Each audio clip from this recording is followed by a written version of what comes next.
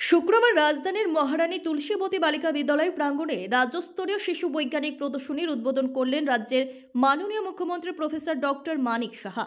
দুদিনব্যাপী এই প্রদর্শনীতে মিলেট আহার সম্পর্কে সচেতনতা বিষয়ক আলোচনা, বিজ্ঞান এবং পরিবেশ বিষয়ক আলোচনা চক্র, কুইজ প্রতিযোগিতা ইত্যাদি অনুষ্ঠিত হবে। রাজ্যের প্রতিটি জেলা থেকে 5 জন করে নির্বাচিত বিদ্যালয়ের শিক্ষার্থী এবং সহযোগী শিক্ষার্থী সহ মোট 40টি মডেল এই প্রদর্শনীতে উপস্থাপিত হয়েছে। এদের মধ্য থেকে 2024 সালে জাতীয় স্তরে বিজ্ঞান প্রদর্শনীর জন্য প্রতিযোগী এনসিইআরটি নিউ দিল্লি বাছাই করবে। এছাড়াও 51তম রাজ্যস্তরীয় বাল বৈজ্ঞানিক প্রদর্শনী উদ্বোধনী অনুষ্ঠানে কনাদ শীর্ষক একটি স্মরণিকা উন্মোচন করা হয়। এদিন মুখ্যমন্ত্রী ছাড়াও বিভিন্ন অতিথিরা উপস্থিত ছিলেন।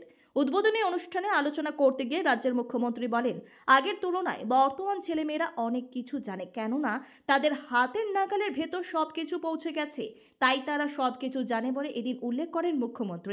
বিভিন্ন ডিস্ট্রিক্ট থেকে কম্পিটিশনের মাধ্যমে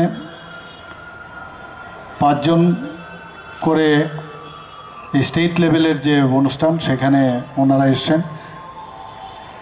এবং এখানে তার প্রদর্শনীর উৎসবে সেখানে যারা জাজরা এখানে উপস্থিত আছেন দেখবেন যে কে কীরকম এখানে তার ইনোভেটিভ যে আইডিয়া, সায়েন্সকে সামনে রেখে সায়েন্সের মেলা এবং কি করলে তার উপর তার অবজারভেশন ওনারা দেবেন। এবং সেখান থেকে আমি যা খবর জানি এখান থেকে ন্যাশনাল লেভেলে এখান থেকে একজন হয়তোবা নাম পাঠানো হবে, একজনকে সিলেকশন হবে। তো খুবই ভালো এটা।